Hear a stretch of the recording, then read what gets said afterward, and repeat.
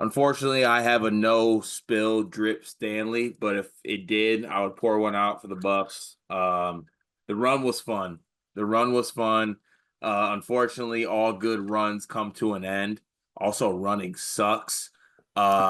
Houston wins 77-68 in a closer game than I think many would expected. This was like a 17 and a half, 18-point spread, depending on where you looked at. I was of the belief that Houston was going to win this game by an exuberant amount of points, and it ends up being a single digit game. And I think that's credit to Colorado in this game. They got some good performances from some guys, mainly Jakumovski, who had 25 points, 8 rebounds, 4 steals in this basketball game.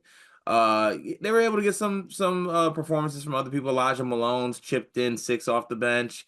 Julian Hammond really struggled in this game. I think that really hurt them. But at the end of the day, Houston handled business in sort of a sleepy-ish, like I'm playing against Colorado game. I don't know if that's, I hate doing that because I feel like it gives good teams like a hall pass or like a pass to not play well. But as I was watching this game, I could feel the Houston players being like, all right, it's Colorado. Am I wrong for saying that? No, and there's almost part of me that thinks maybe Kelvin Sampson was saying to himself, "Man, I don't want to get 3 win in Conference Colorado. Like Right. I wish we were tested a little bit more." But it was a perfect game for Houston to sort of shake off the cobwebs in terms of the rest that they had. It was a very business-like approach from the Cougars. They had great balance across the board from the starters. I'm glad you mentioned Yakumovsky.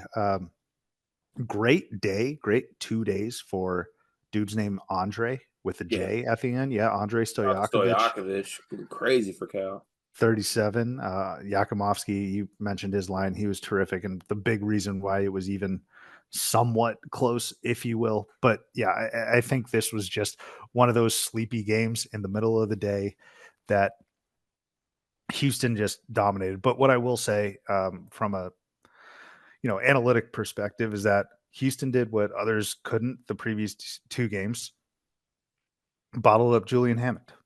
Yeah. Yeah, that's really what it was. They're able to bottle out Julian Hammond, and this Houston team, they're so dangerous because the defense is a constant, right? I was honestly surprised that Colorado got the 68 points in this basketball game. To be honest, like I give them credit for that.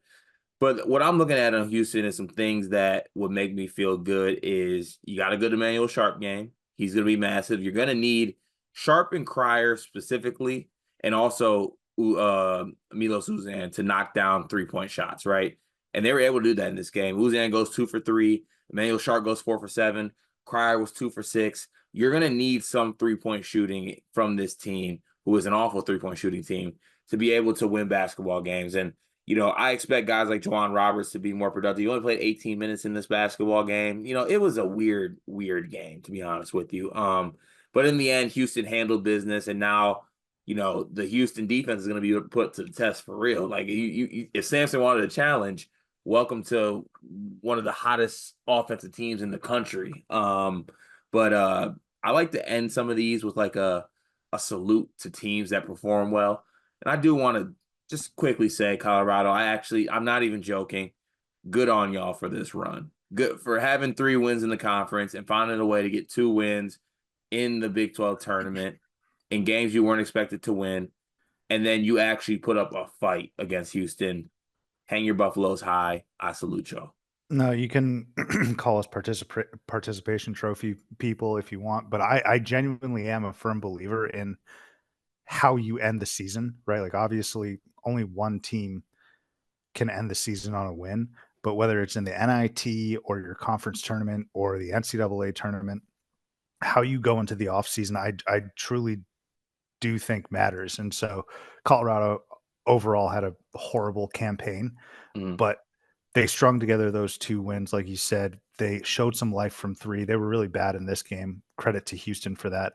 But honestly, Tad Boyle can walk away from this matchup saying, hey, we held our own against Houston in the paint and they converted off turnovers that they created. Now, it's just a matter of replenishing that talent. Can't go.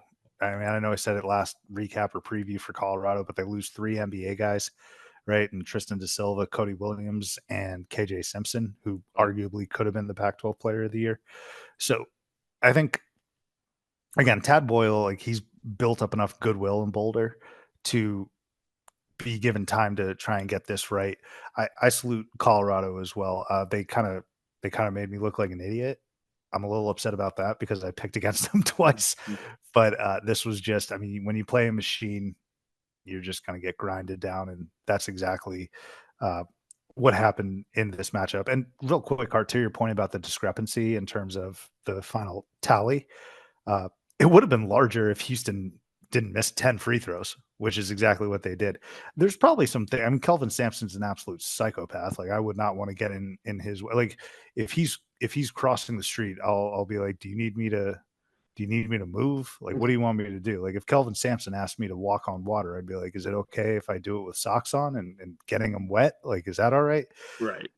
They're There's probably some things that they can take away. Yeah, they're probably shooting free throws right now as we're recording this. That's probably what the vibe is. And look, if one thing I think we can take from this game outside of the sleepiness, Houston's not going to be sleeping next game. They're going to be hitting on all cylinders. I think I'm excited to watch that game. And like I said, I don't think there's going to be a sleepy one in the next one. I think we're going to get a really classic basketball game, and we'll have the preview up here on this channel for that game, as well as all the previews and recaps for all the Big 12 tournament games. We got you covered over here at Sleepers Media YouTube channel. Be sure to tap in.